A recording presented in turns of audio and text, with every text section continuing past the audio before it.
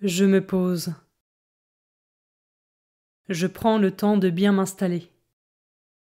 Je choisis une position adaptée qui me permette d'être à la fois détendu et en même temps éveillé et disponible.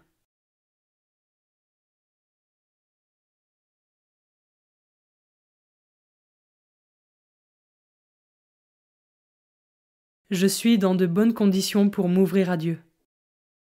Je le fais très simplement, par une parole si cela m'aide, ou par une simple attitude du cœur par laquelle j'invite Dieu à venir en moi maintenant.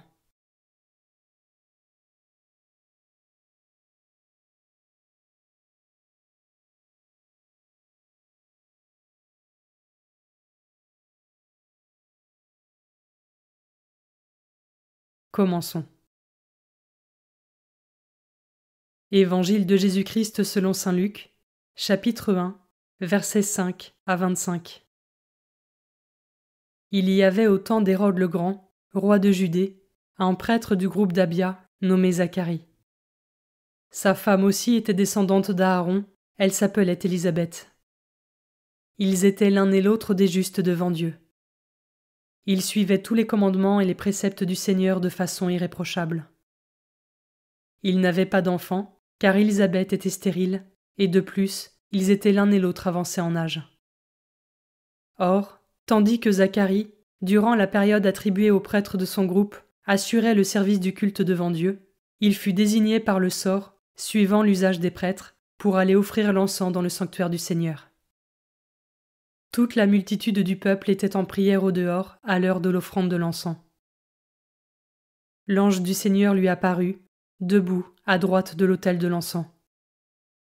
À sa vue, Zacharie fut bouleversé et la crainte le saisit.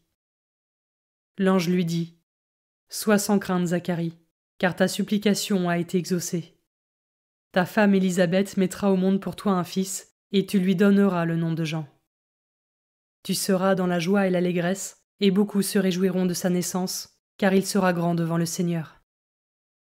Il ne boira pas de vin ni de boisson forte, et il sera rempli d'Esprit Saint dès le ventre de sa mère. Il fera revenir de nombreux fils d'Israël au Seigneur leur Dieu. Il marchera devant, en présence du Seigneur, avec l'esprit et la puissance du prophète Élie, pour faire revenir le cœur des pères vers leurs enfants, ramener les rebelles à la sagesse des justes, et préparer au Seigneur un peuple bien disposé. » Alors Zacharie dit à l'ange : « Comment vais-je savoir que cela arrivera ? Moi, en effet, je suis un vieillard, et ma femme est avancée en âge. » L'ange lui répondit : « Je suis Gabriel, et je me tiens en présence de Dieu. J'ai été envoyé pour te parler et pour t'annoncer cette bonne nouvelle.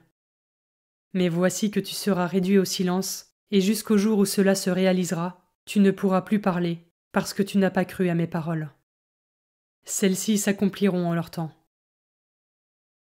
Le peuple attendait Zacharie et s'étonnait qu'il s'attarde dans le sanctuaire. Quand il sortit, il ne pouvait pas leur parler, et ils comprirent que dans le sanctuaire, il avait eu une vision. Il leur faisait des signes et restait muet. Lorsqu'il eut achevé son temps de service liturgique, il repartit chez lui. Quelque temps plus tard, sa femme Élisabeth conçut un enfant. Pendant 5 mois, elle garda le secret. Elle se disait : « Voilà ce que le Seigneur a fait pour moi en ces jours où il a posé son regard pour effacer ce qui était ma honte devant les hommes. »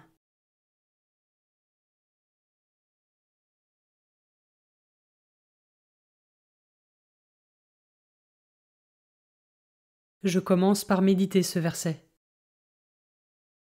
Ils étaient l'un et l'autre des justes devant Dieu.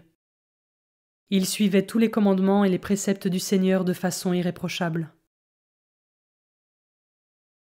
Élisabeth et Zacharie sont un bel exemple de fidélité. Malgré l'épreuve, ils ne lâchent rien. Car être privé d'enfants était considéré par les Juifs comme un malheur et une honte. À regard purement humain, il n'y avait plus aucune chance pour qu'un enfant puisse naître de leur union. Pourtant, le couple reste malgré tout fidèle à Dieu et ne se replie pas sur lui-même. Comment est-ce que cela résonne en moi, à travers ma propre vie, mes propres épreuves ?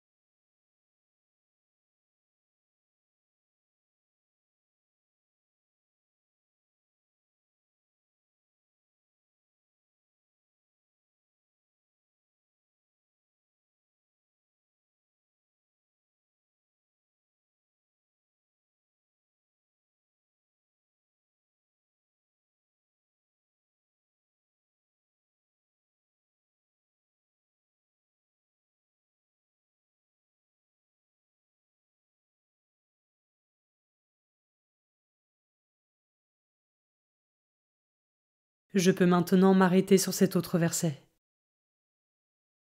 Mais voici que tu seras réduit au silence, et jusqu'au jour où cela se réalisera, tu ne pourras plus parler, parce que tu n'as pas cru à mes paroles. L'incrédulité de Zacharie se retourne contre lui.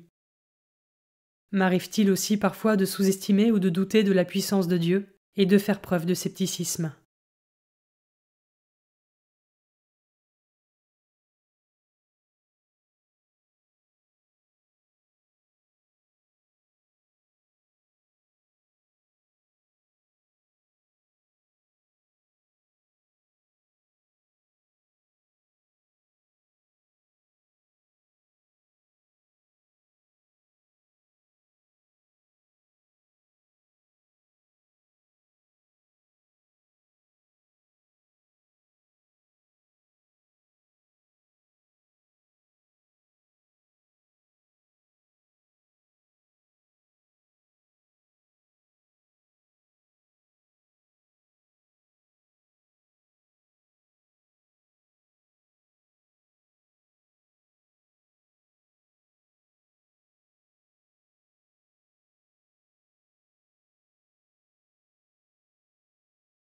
Je peux terminer cette méditation en priant l'Esprit Saint pour qu'il m'aide à être attentif aux signes que Dieu m'envoie et à les reconnaître.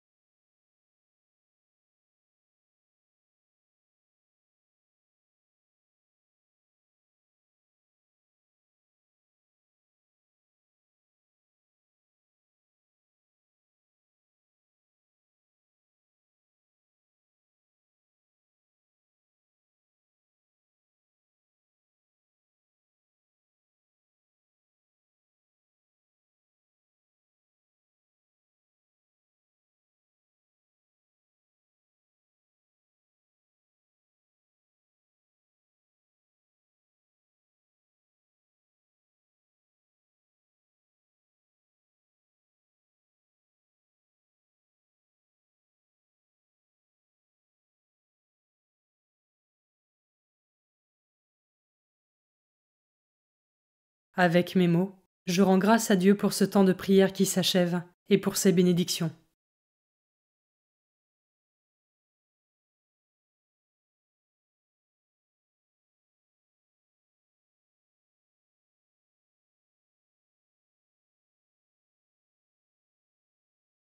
Belle journée et à demain.